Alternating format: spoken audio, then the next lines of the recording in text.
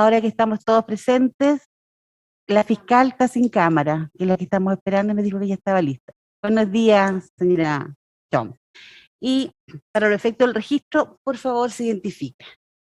Muchas gracias a su señoría, muchas gracias al tribunal además y sobre todo al colega Navarrete que iba a alegar el día de hoy. Tuve un pequeño inconveniente que fue transmitido al tribunal para poder iniciar a la hora por el Ministerio Público, y saludando a todos los intervinientes, comparece la fiscal adjunto Jimena Chong Campuzano y los abogados Javier Sola Elwin y Rodrigo Álvarez Quevedo. Por el Consejo de Defensa. Buenos días, señoría, y a todos los intervinientes. Por el Consejo de Defensa del Estado comparece la abogada Natalia Peña Muñoz y Rodrigo Álvarez Alarcón. Por el Servicio de Impuestos Internos. Buenos días, su señoría. Por el Servicio de Impuestos Internos comparece el abogado Manuel Navarrete y el abogado Andrés Durán. Por la defensa del señor Warner.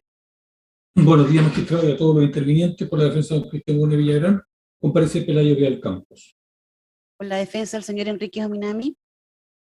Buenos días, señorías. Buenos días a todos. Por la defensa de don Marco Enrique Ominami comparece la abogada Francisca Ávila y los abogados Ciro Colombara y Carlos Morajano. El señor Warner. Muy buenos días, señorías. Muy buenos días a todas y todos. Cristian Warner Villagrán, presente. El señor Enrique Ominami. Buenos días, su señoría. Saludo a todos y a todas. Marco Enrique Ominami presente, perdón. Bien. Hoy día entonces estamos con los alegatos del Consejo. Bien. Así que lo escuchamos, señor abogado. Gracias, señoría. Primero, el oficio del Ministerio Público al Consejo de Defensa del Estado. Con fecha 2 de agosto del año 2016, a la oficina de doña Irma Soto Rodríguez, quien desempeñaba a la sazón el cargo de abogado procurador fiscal de Santiago en el Consejo de Defensa del Estado, llega un oficio remitido con fecha 15 de julio del año 2016 por la señora fiscal adjunto doña Jimena Chong Campuzano, fiscal de la Fiscalía de Alta Complejidad de la Fiscalía Regional Metropolitana Centro Norte. Este oficio, que constituye la prueba número 72 de la documental ofrecida por la defensa, es el resumen de todo este juicio que está por terminar. Este breve oficio constituye la primera noticia oficial que cae en nuestras manos acerca de los hechos que motivaron la investigación y el juicio. Este oficio pone en conocimiento del Consejo de Defensa del Estado la investigación RUC 1600371491-1, que se inició a partir de una denuncia formulada por diputados de la República referida a la entrega al candidato presidencial, señor Marco Enríquez Ominami Gumucio, por parte de terceros, de un avión privado para su uso durante actividades de campaña, lo que no habría sido declarado ante el servicio electoral. En un segundo párrafo, este oficio indica que, tras el desarrollo de diversas diligencias, se hace necesario informar al Consejo, toda vez que los hechos investigados pueden ser constitutivos de delitos de aquellos que habilitan a la institución a su cargo, señala, para intervenir. Es decir, lo primero que conoce el Consejo de Defensa del Estado es la imagen del candidato hoy día acusado Marco Enríquez Ominami Gumucio, montado sobre un avión no declarado para llevar adelante sus actividades de campaña presidencial. Por primera vez se nos aparece la imagen del avión que nos ha perseguido durante todas las etapas de investigación, intermedia y de juicio en múltiples audiencias y que desesperadamente las defensas han intentado borrar por distintos medios. Pero la imagen del candidato volador no es lo único que constituye nuestra primera noticia. La imagen del candidato planeando por Chile viene acompañada de una información proporcionada por el Ministerio Público del mismo modo en que lo hace en múltiples ocasiones. El Ministerio Público indica que, como consecuencia de las diversas diligencias, se hace necesario informar al Consejo porque aparecen hechos que pueden ser constitutivos de delitos de aquellos que habilitan a la institución para intervenir. Esta frase, delitos que habilitan a la institución para intervenir, forma parte de la conversación permanente que mantienen el Ministerio Público y el Consejo de Defensa del Estado en un diálogo interinstitucional en que, si bien no somos los únicos interlocutores, somos los más frecuentes cuando se trata de combatir la corrupción. ¿Y por qué digo que este oficio resume todo el juicio?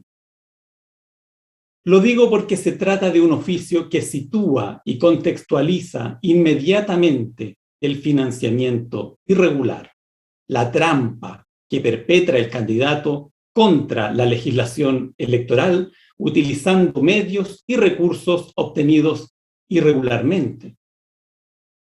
Porque evidencia desde el día 1 para nuestra institución la acción más grotesca que pudimos observar en la campaña del acusado, su traslado en un avión privado con el cual se permitió recorrer permanentemente la geografía de nuestro país, burlándose de la legislación vigente, haciendo caso omiso a las prohibiciones legales y omitiendo también toda consideración al principio de probidad, obligatorio para todo funcionario público conforme lo dispone la Ley Orgánica Constitucional de Bases Generales de la Administración del Estado y el Estatuto Administrativo.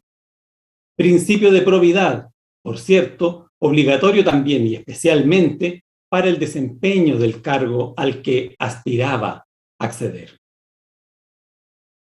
El acusado cree que puede infringir groseramente la ley electoral sirviéndose de ventajas económicas irregulares y que puede arreglar toda consecuencia simplemente omitiendo la declaración del avión al servicio electoral. El acusado sabe que no es esa su única motivación para no declarar el uso del avión. El propósito del ocultamiento no es ahorrarle al Estado el costo de la operación del avión. El propósito es ocultar a la vista de la ciudadanía la infracción a la ley electoral y, sobre todo, el financiamiento extranjero de su campaña. Pero no es esa la única información que contiene el oficio.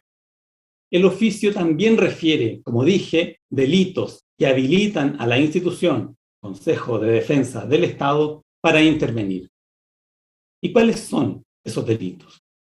Como lo señalé en nuestro alegato de apertura, se trata, a grosso modo, de delitos cometidos por funcionarios públicos en el ejercicio de sus funciones o de delitos contra el patrimonio público. Todo ello en conformidad con lo que dispone el artículo 3º de la Ley Orgánica del Consejo de Defensa del Estado. Para quien conoce la normativa en comento, por ejemplo, el Ministerio Público y el Consejo de Defensa del Estado, resulta evidente de la sola lectura de esta frase que nos encontramos frente a delitos que afectan el patrimonio del Estado. Ese es el contenido del oficio, el uso del avión y el perjuicio al patrimonio del Estado. El señor Marco Enrique Sominami no era funcionario público a la época de su candidatura, de manera que, si alguna conducta se contenía en la investigación que se nos anunciaba, esta era la comisión de un delito contra el patrimonio del Estado. No hay más posibilidades.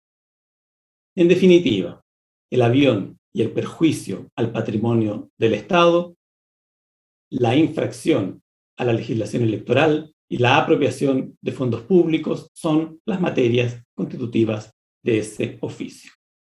Los oficios y las comunicaciones entre el Ministerio Público y el Consejo de Defensa del Estado son actos en que se vinculan estas dos instituciones, y no cumplen ningún rol en garantía del imputado, como sí lo hace el acto de la formalización de la investigación.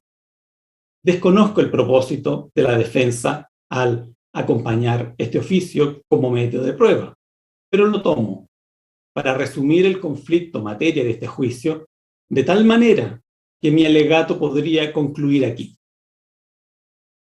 Esquema.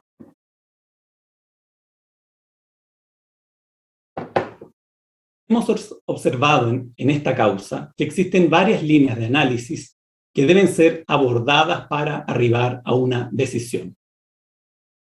¿Qué hechos fueron los que resultaron acreditados en las 9 semanas por las cuales se ha prolongado el juicio? ¿Cuál es el contexto en el que se desarrollaron y cuál es el rol de cada actor en ellos? ¿Cuál ha sido la normativa jurídica que presidía los hechos que resultaron acreditados? ¿Cuáles eran las reglas que debían ser respetadas? ¿Cuáles eran las normas que regían las acciones de los imputados y particularmente el acusado por el Consejo de Defensa del Estado debía respetar? ¿Cómo esa normativa fue infringida y las consecuencias jurídicas de esas infracciones? ¿Qué pasó?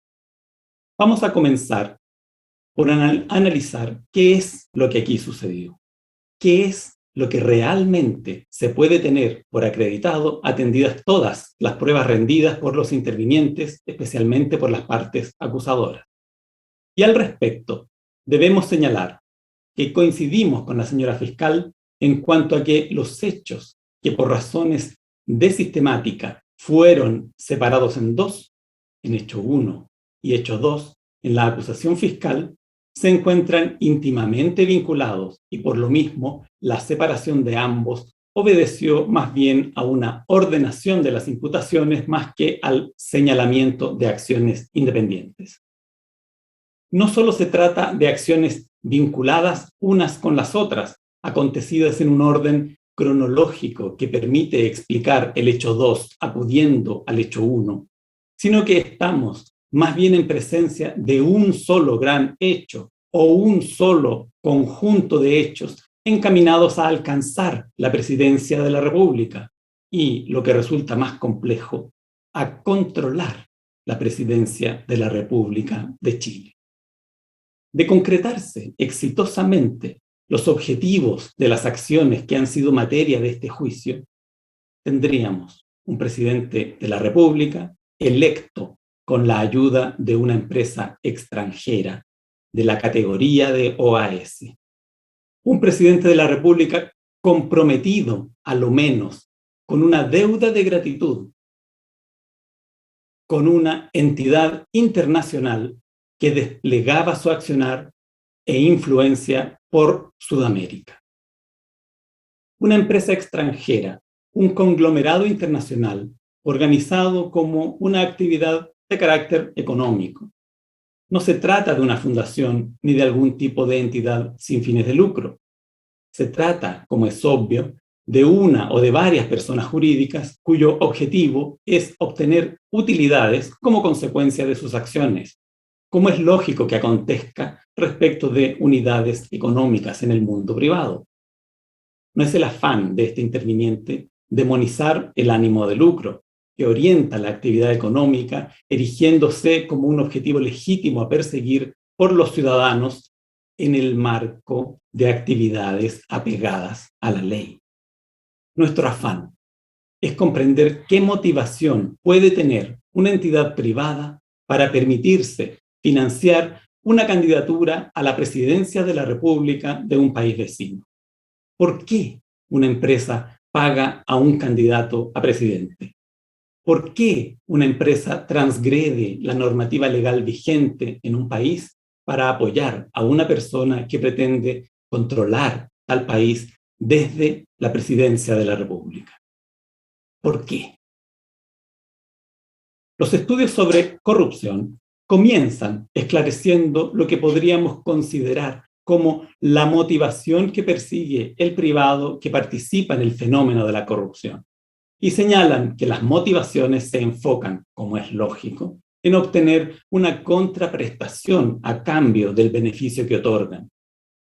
Puntualmente, respecto del financiamiento electoral, atendido que el candidato solo está postulando a alcanzar un cargo público, pero no lo posee aún, se sostiene que el objetivo perseguido es obtener algún beneficio ulterior cuando el postulante haya alcanzado el cargo. En consecuencia, tenemos que el financiamiento de una candidatura constituye una apuesta, una inversión, como refería ayer la señora fiscal, sometida al riesgo de alcanzar el cargo buscado, pero una inversión dirigida, en definitiva, a obtener beneficios, retornos, cuando el candidato alcance y obtenga el cargo perseguido.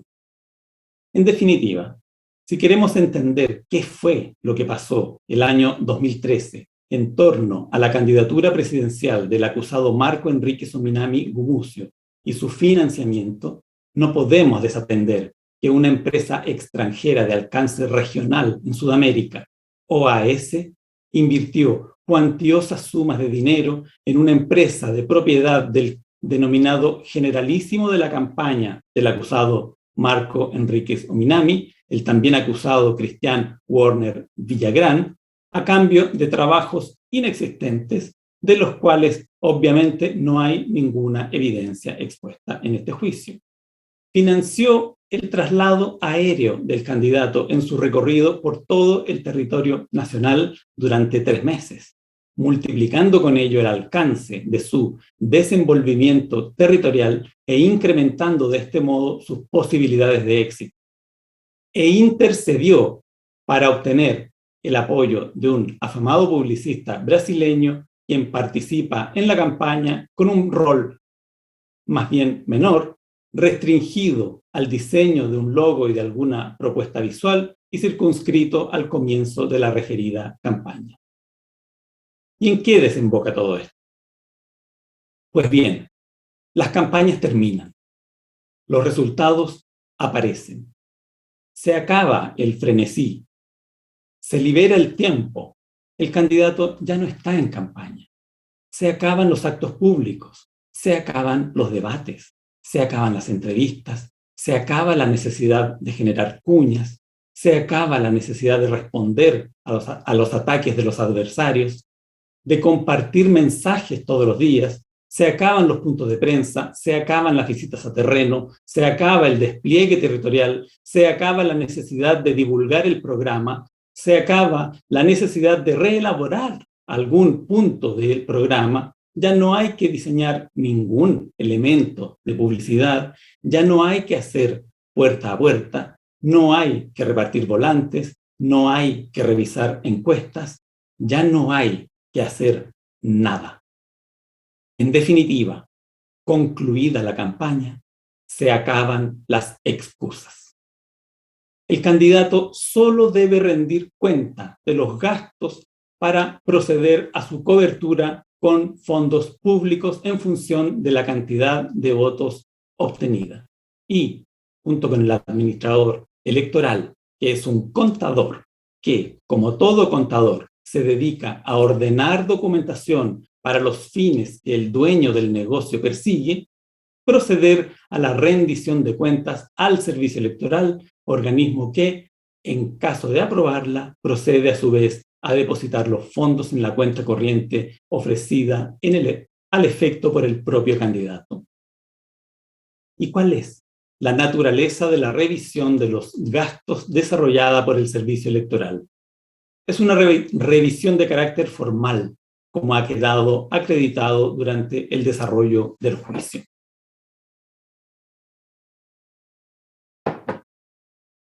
Es decir, la revisión que lleva a cabo el servicio electoral no constituye una verificación de la efectiva prestación de los servicios representados por las boletas, facturas y comprobantes de pago presentados por los candidatos.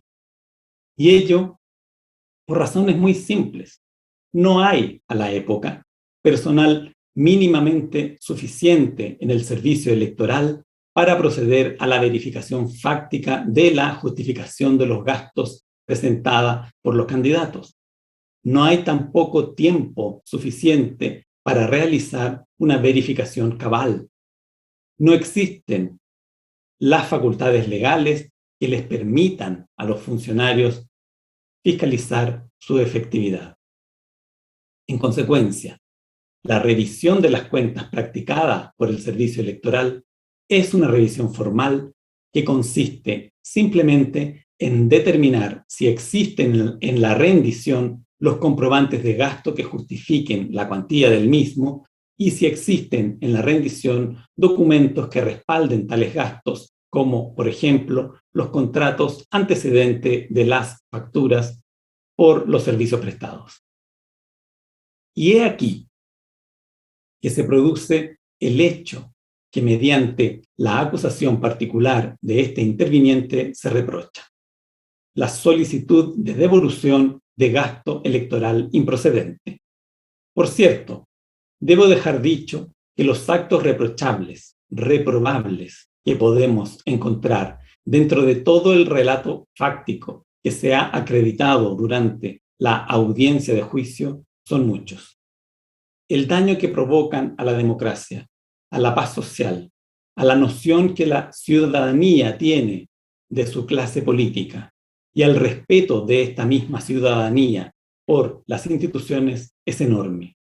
¿Cómo puede el Estado de Chile exigir a sus ciudadanos tranquilidad, respeto por las instituciones, respeto por la actividad política, al mismo tiempo que los ciudadanos contemplan cómo la misma clase política reiteradamente incurre en actos dignos de tanto reproche? La misma clase política compromete su independencia, su imparcialidad frente al poder del dinero. La misma clase política compromete incluso la seguridad del Estado vinculándose con empresas extranjeras con aspiraciones de influencia regional internacional. Debo hacer presente que lo cierto es que hay un cierto nivel de injusticia cuando se habla de la clase política. Son diversos los colores de quienes se ven involucrados en patéticos actos de corrupción. Pero son solo algunos integrantes de esta clase política quienes los cometen. Y, aunque tiñen y manchan frente a la ciudadanía a todo un colectivo con el mismo reproche, lo cierto y lo claro es que los responsables son pocos y tienen nombres y apellidos, y en este caso también. Pero si bien el reproche ético alcanza y cubre todo el entramado fáctico que se ha acreditado ante vuestras señorías, el reproche jurídico penal en el caso de la acusación particular sostenida por este interviniente abarca aquello que puede abarcar. Esto es, el requerimiento de devolución de gasto electoral improcedente. ¿Y por qué se trata de gasto electoral improcedente? Porque la intervención de Duda Mendonça ya estaba financiada con los recursos irregularmente obtenidos provenientes de la empresa OAS, y el Estado no debe pagar lo que ya está pagado con los aportes privados, por irregulares que estos sean.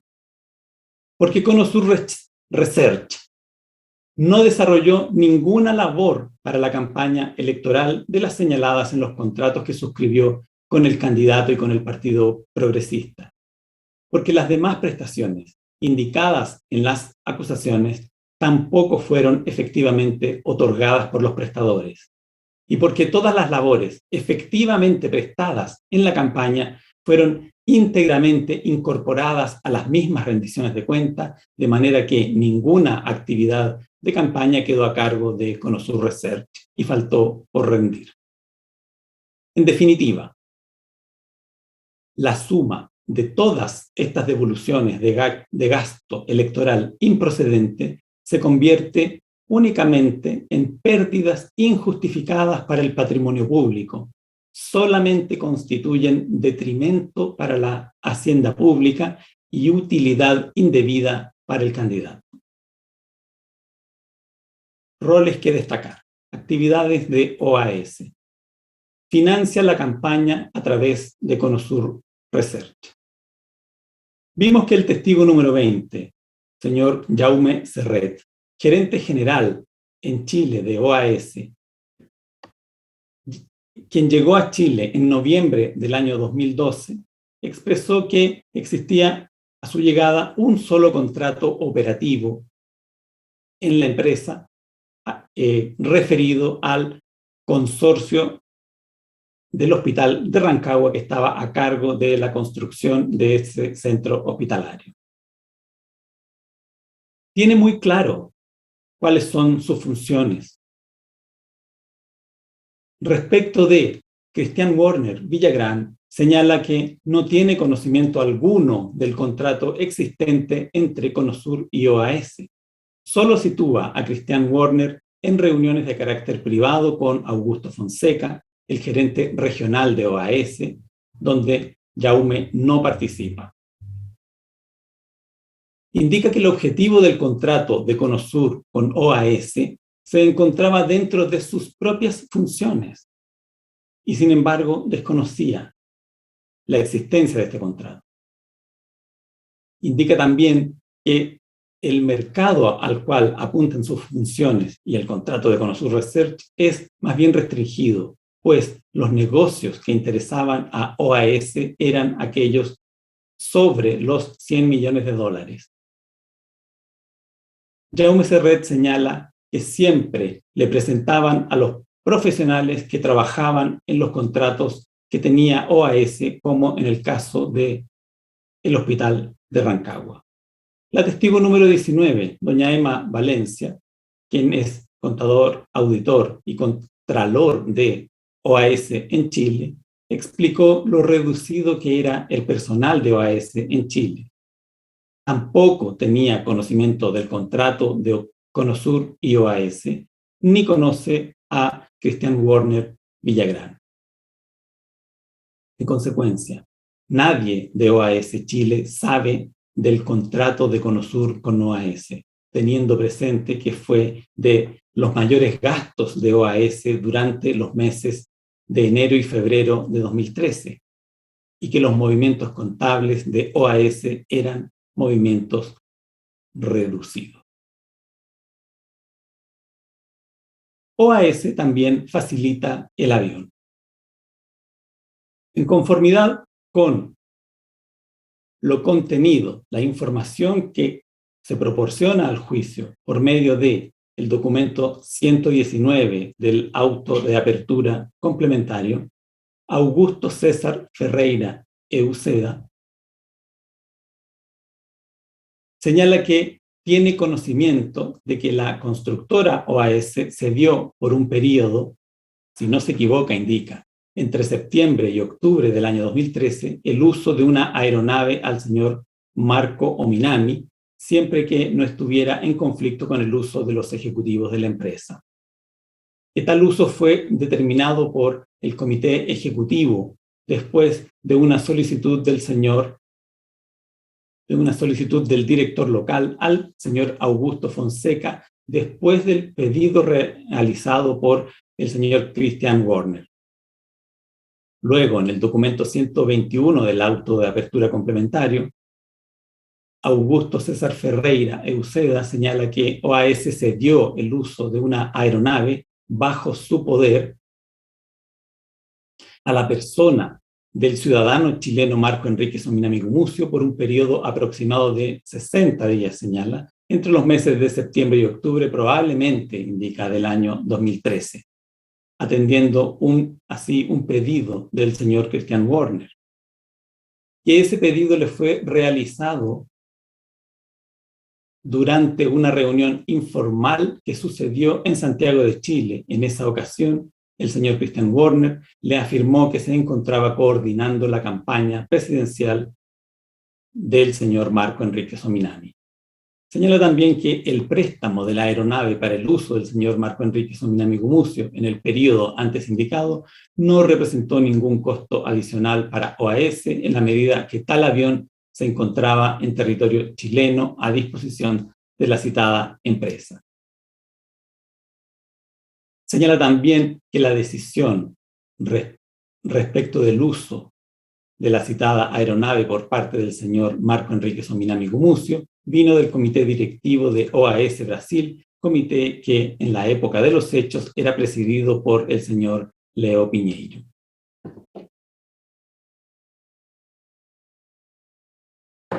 Por su parte, en el documento 120 del auto de apertura complementario figura la declaración de Augusto César de Souza Fonseca, quien matiza un poco lo aseverado por el testigo recién mencionado. Indica que el avión era costeado por OAS posiblemente por medio de un contrato con la empresa Taxi Aéreo Piracicaba. Que la autorización para ceder el uso del avión de forma no onerosa, justamente por su naturaleza, posiblemente llegó hasta la presidencia de la empresa que en el caso era el señor Leo Piñeiro, que cree que la cesión del avión fue pedida al señor Uceda por el señor Marco Enríquez Ominami, que la cesión del avión le fue comunicada por el señor Uceda, que no tiene conocimiento si el señor Christian Warner tuvo participación en ese pedido de cesión del avión. ¿Cuál es la actividad realizada por Conosur? Conosur no tiene personal. Así se desprende, no tiene personal suficiente. Así se desprende de la declaración de la testigo número 28, doña Carol Werner Wilder, quien reconoce haber emitido boletas que en definitiva estaban destinadas a Marco Enrique Sominami, pedida por Carlos Muñoz Valle, por servicios no prestados, quien era su expareja.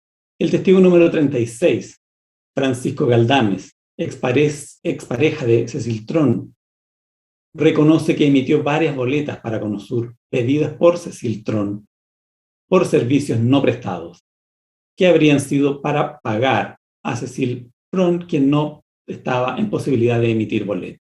La empresa Conosur Research no tiene los medios suficientes para prestar los servicios supuestamente prestados.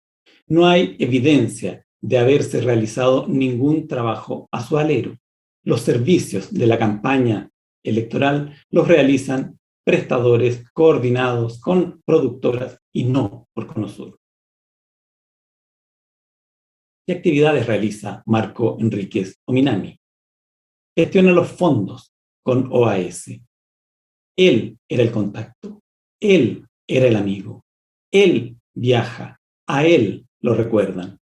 El testigo número 21, César Ramírez, encargado de informática de OAS, y además de ser el encargado de informática de OAS, ejercía funciones de traslado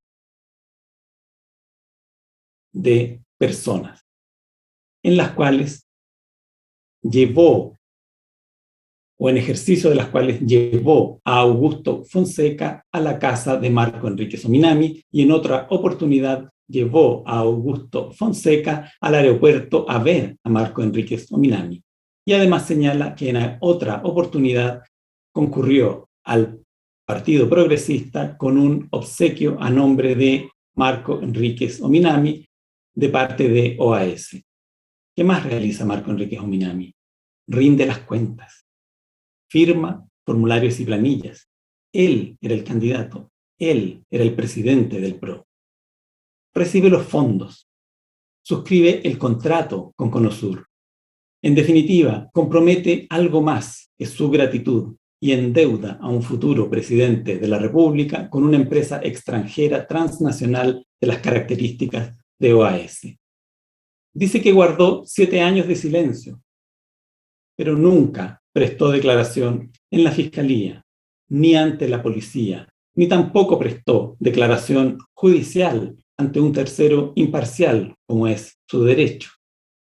Señala que formalmente tenía que seguir firmando los papeles por un tema burocrático, a pesar de que habría renunciado a la presidencia del Partido Progresista. Sin embargo, la tal pretendida renuncia no figura en ninguna parte, no fue recogida en acta alguna, no fue comunicada de forma ninguna a las autoridades del servicio electoral. Al contrario, el acusado sigue actuando como presidente a tal punto que suscribe las planillas de rendición de gastos del Partido Progresista en calidad de presidente de tal entidad. Señala que cada peso que entró en su cuenta personal salió de ella. Sin embargo, esta afirmación tan categórica no resultó acreditada, pues la defensa retiró el peritaje contable a las cuentas del acusado que había ofrecido, impidiéndonos conocer el origen y el destino de los fondos en ellas manejados. Señala que no hay tiempo para defraudar al fisco en los 90 días de campaña, desestimando que la defraudación se produce una vez que la campaña ha terminado, de manera que el tiempo sí lo tuvo. Repite y repite que la responsabilidad corresponde a otras personas, en quienes delegó y confió, lo que más bien parece el empleo de una técnica para instalar una información, un mensaje en quien lo escuche, tal como explicó que se hace en publicidad. El rol de Duda Mendonça. Aporta un manual que él habría elaborado, manual que contiene un logo y unas fotografías. Ningún testigo de aquellos que trabajaron directamente en la realización de la campaña declara haber utilizado ideas o manuales de Duda, como para justificar el costo que se atribuye a sus trabajos. Pero, con independencia de aquello, el valor de sus trabajos fue pagado en definitiva por OAS. Marco Ortiz Finch no se acredita que efectivamente haya trabajado. El testigo no sabe cuánto ganaba. El testigo envía un correo al mes, uno en enero, uno en febrero, uno en marzo. Tiene una laguna entre marzo y julio en que no se registran mensajes. En septiembre tiene más correos, uno al día, algunos días 2. Todos estos correos, que fueron acompañados por la defensa para, entiendo yo, justificar el trabajo del señor Marco Ortiz Finch, todos estos correos se los envía a sí mismo. Luego, la defensa incorporó 9 pautas de prensa. Pautas de prensa que se contenían en 9 correos. Estos son los únicos antecedentes remitidos por Marco Ortiz Finch a otras personas. Todas las demás comunicaciones de Marco Ortiz Finch se dirigían únicamente a sí mismo, por lo que no podemos tener por acreditado servicio alguno. El derecho. En cuanto a las infracciones de la regulación electoral contenidas en la Ley 19.884, que regula la transparencia, límite y control de gasto electoral, vigente a la fecha de los hechos, tenemos que se infringe el artículo 2, que solo considera gasto electoral desembolsos que efectivamente se haya incurrido para el financiamiento de candidatos y partidos a propósito de los gastos electorales. El artículo 3, que indica el período dentro del cual se debe realizar la campaña, de manera que los gastos realizados con anterioridad al período o con posterioridad al mismo no dan derecho a reembolso por parte del Estado. El artículo 24, que prohíbe las donaciones en cualquier modalidad provenientes de personas jurídicas extranjeras o de personas naturales extranjeras que no tengan derecho a sufragio. El artículo 15, que dispone el reembolso de los gastos no cubiertos por otra vía de financiamiento. Luego, corresponde preguntarse, ¿dónde se inserta sistemáticamente el delito constituido por el requerimiento de devolución de gasto electoral improcedente? No se encuentra, no se ubica dentro de los delitos electorales, como ya anticipáramos en nuestro alegato de apertura.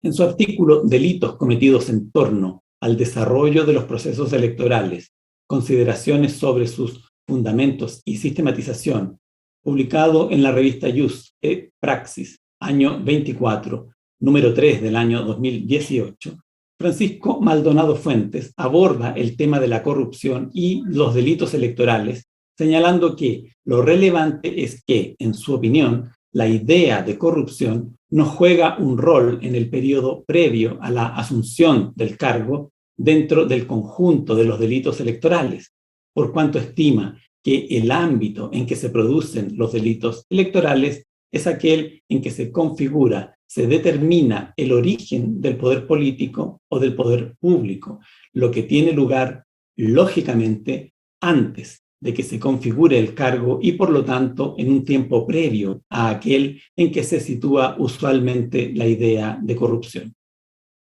Si bien es posible encontrar opiniones diversas que son citadas por el propio Maldonado, fundadas en que la participación en una campaña política constituye una actividad pública y por tanto alcanza a constituir el ámbito de lo que se denomina corrupción, lo relevante es entender que el período de la génesis de los cargos públicos es un período a lo más previo a aquel en que regularmente situamos los delitos de corrupción, pero no se trata de un periodo o una etapa desvinculada.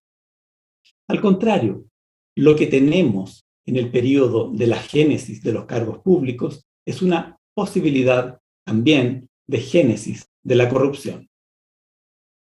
Del mismo modo en que la elección es el preámbulo del cargo público de elección popular, la compra del candidato es el preámbulo de la corrupción subsecuente. Así también razona el legislador, como vimos en la apertura de las partes acusadoras, cuando señala y cuando justifica la dictación de la norma que crea el financiamiento público de la actividad política, en la necesidad de evitar, de prevenir figuras de corrupción que tanto daño hacen a la supervivencia de la democracia y, en definitiva, a la República. El mismo razonamiento en torno a las motivaciones de la corrupción es posible encontrarlo en la mayoría de los textos, y citaré por todos al de Osandón Widow y Rodríguez Collao, Delitos contra la Función Pública. En su artículo ya citado, Maldonado sostiene que la percepción de subsidios asociados al financiamiento público de campañas solo podría ofrecer un contenido idóneo para justificar una incriminación en relación con el desarrollo del proceso electoral si dicha conducta implicara un acceso al cargo público en condiciones comparativamente ventajosas. Sostiene también que en los regímenes que, como el nuestro, aplican el financiamiento público una vez finalizado el proceso electoral para los efectos de la sanción de los delitos electorales y su regulación, no parece relevante la percepción de subsidios y, por lo tanto, su ejecución solo tiene relevancia en cuanto al fraude de subvenciones que pudiera configurarse y no en cuanto a las infracciones sancionadas con ocasión del desarrollo del proceso electoral. Compartimos, por ello, con el Ministerio Público que la figura penal aplicable a la obtención fraudulenta de devolución de gasto electoral improcedente es precisamente la de fraude de subvenciones contemplada en el artículo 470, número 8 del Código Penal, y no algunas de las infracciones sancionadas penal o administrativamente en la legislación electoral, pues, por una parte, la devolución de gasto electoral constituye una prestación por parte del Estado de aquellas a que se refiere la norma indicada, cuyo solo requerimiento satisface el tipo penal, sin que sea necesario alcanzar, como en este caso sí ocurrió, la efectiva obtención de la tal prestación, y, por otra parte, por cuanto cronológica y sistemáticamente la solicitud y devolución del gasto electoral carece de relevancia para los efectos de sancionar los delitos electorales.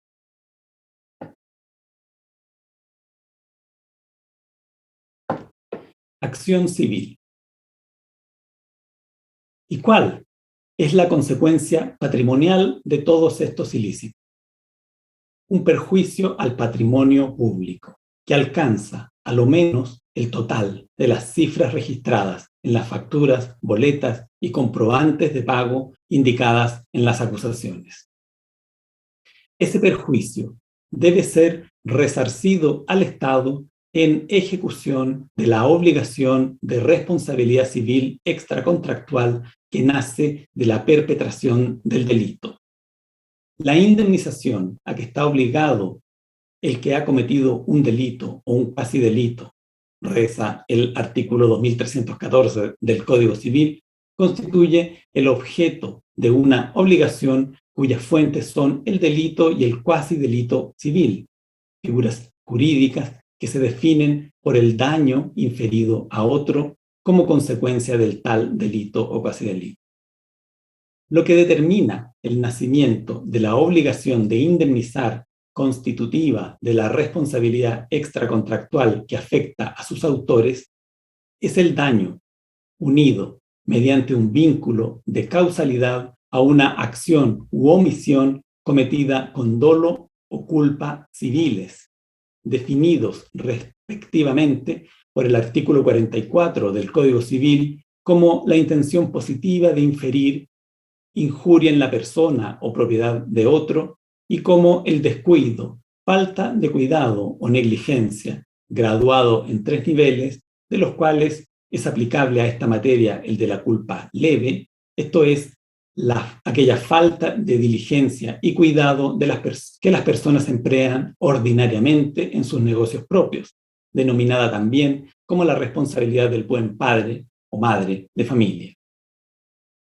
El responsable civil extracontractual debe tener intervención en una acción u omisión cometida a lo menos en forma descuidada, sin el esmero medio en los términos de la graduación de la culpa que reconoce el Código Civil, es decir, sin el cuidado del buen padre o madre de familia.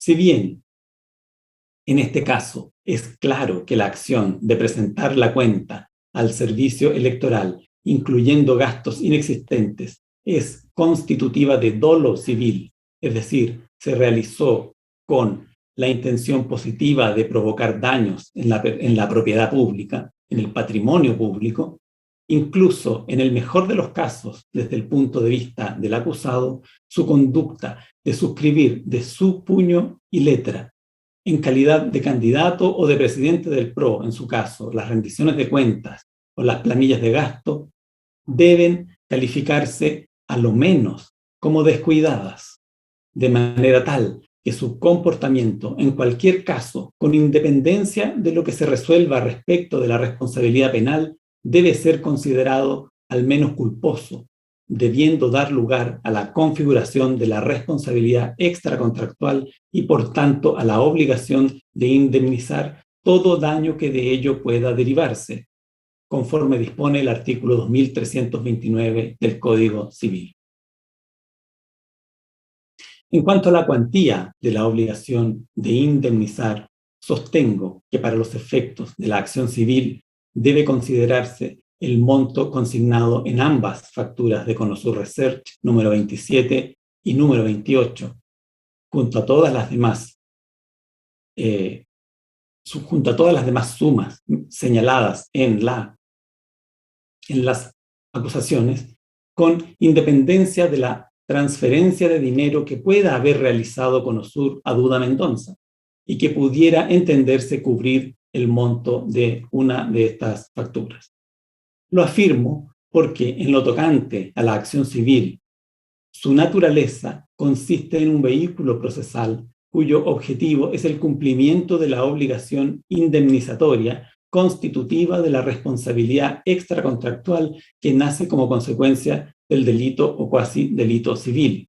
Y así, la entidad de la obligación de indemnizar los perjuicios provocados está ligada, está vinculada con la entidad de los daños causados. Y, concretamente, tenemos establecido que la cifra total transferida a Conosur Research irregularmente por OAS sí constituye patrimonialmente un ingreso que se incorporó ilegítimamente, pero que se incorporó a la campaña con una finalidad específica: financiar la intervención del publicista Duda Mendonça. Y así aconteció. En consecuencia, aplicando el principio contenido en la regulación del financiamiento del gasto electoral, este gasto debe imputarse primero a los fondos reunidos y luego, en caso de su falta o de su insuficiencia para cubrir todos los gastos en que se incurrió, entra a jugar su rol el sistema de financiamiento público. Lo contrario, esto es, entender que del perjuicio sufrido por el patrimonio público debe descontarse las cifras transferidas por Conosur Research al publicista Duda Mendonça, deviene en legitimar en beneficio del acusado la infracción de un principio jurídico de la máxima jerarquía, que consiste en que nadie puede aprovecharse de su propio dolo. Marco Enrique Sominami recibió en forma encubierta financiamiento de gasto electoral proveniente de una empresa extranjera.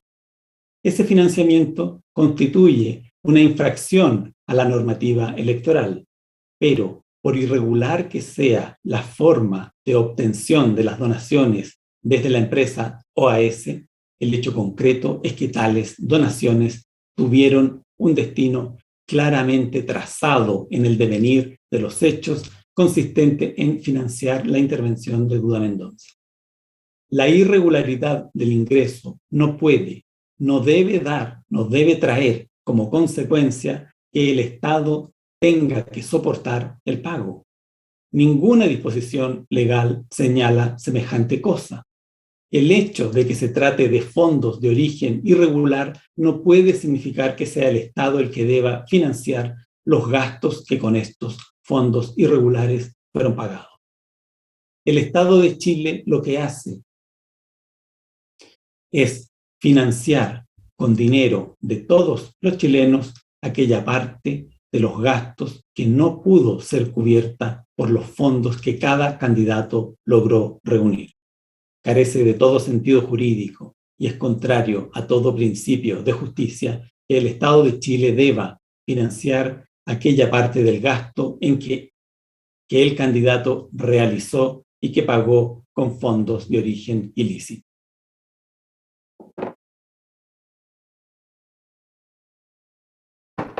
Por tanto, en definitiva, en nombre del Estado de Chile, representado por el Consejo de Defensa del Estado, solicito que el acusado, Marco Enríquez Ominami Gumucio, cuya nociva conducta ha provocado perjuicio al patrimonio público, desprestigia la actividad política y deteriora la democracia, sea condenado como autor del delito de obtención fraudulenta de prestaciones improcedentes del fisco, sea condenado también a pagar la indemnización de los perjuicios causados y también sea condenado a pagar las costas del juicio. Muchas gracias.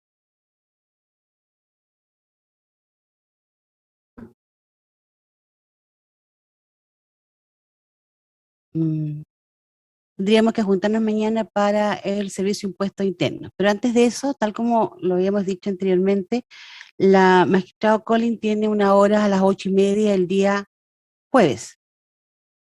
Por lo tanto, ese día vamos a juntarnos a las 12 del día. Ahí van a empezar los alegatos, para que ella pueda ir a ponerse la vacuna y tenga el tiempo suficiente para volver acá, porque si bien tiene hora, no siempre tiene la garantía de que la van a atender a las 8:30 efectivamente, porque es Bien. en un lugar público. Disculpe, ¿Algo señoría. más? Sí. Discúlpeme, señoría, ¿me escucha o no? Sí, ahora sí. Sí, la otra alternativa, su señoría, es que, en atención a que los alegatos de las defensas son más breves, es juntar los dos el día viernes, si lo tiene bien, y lisa y llanamente, porque yo tengo el mismo problema con mi madre, entonces sé que los horarios no se cumplen, pero eso lo dejo a disposición del tribunal. Perdón, no le entendí la última parte, que tenía... Claro hemos tenido el mismo problema con mi madre, le comentaba, entonces los horarios son súper complicados. Entonces, en atención a que mi alegato no va a ser más de 45 minutos, una hora, y el del señor Mora 2 horas, podríamos dejar todos los alegatos para el viernes, y lícitamente vamos del miércoles al viernes, nosotros podemos revisar la prueba con atención. Entonces, esa es la propuesta que quiero hacer.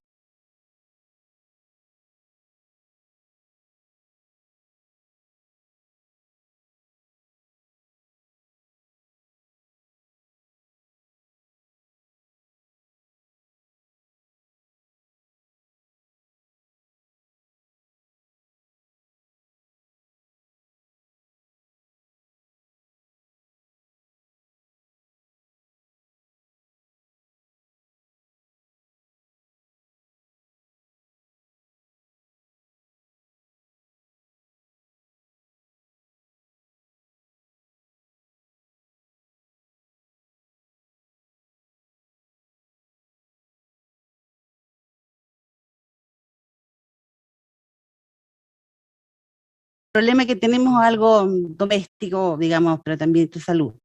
La magistrado Colin tiene una hora porque ella vive en Santiago y dan horas, qué sé yo, y por eso, digamos, tiene hora para ponerse la vacuna. Pero yo vivo en las afueras, vivo en Buin, y ahí no dan hora. Y a mí me toca el día viernes. Ese es el problema que hay. Por eso es que habíamos dicho de que empezáramos el día martes, hasta el día jueves a las 12 y el día viernes a las 12, porque suponemos que íbamos a tener el tiempo de llegar temprano nosotros y hacer la fila y que nos vacunen. Ese es el problema que hay. Y hacerlo así significaría que yo no podría ir el día viernes y no tengo idea cómo se hace el asunto del refuerzo, o el rezagado de los refuerzos. No sé si están tan estrictos hoy en día con eso, ¿ya? Así que ese es el planteamiento. ¿Qué opinan, por ejemplo, señora fiscal? Vamos a darle la palabra a todos los intervinientes.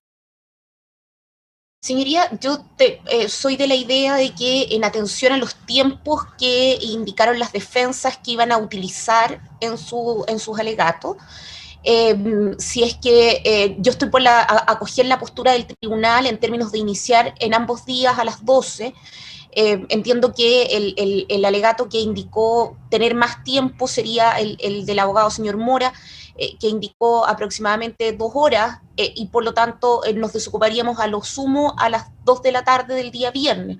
En ese entendido, su señoría, la Fiscalía propone mantener la programación que indicó el tribunal, porque incluso extendiéndonos más allá del horario de la 1, que fue la regla muy general de las audiencias, aun cuando también nos extendimos en algunos casos, estaríamos dentro de jornadas bien razonables para efectos de concluir esta semana y tener el fin de semana para la revisión de las argumentaciones de las contrarias para proceder a las réplicas el día lunes. Me parece que es la fórmula. ¿El Consejo de Defensa?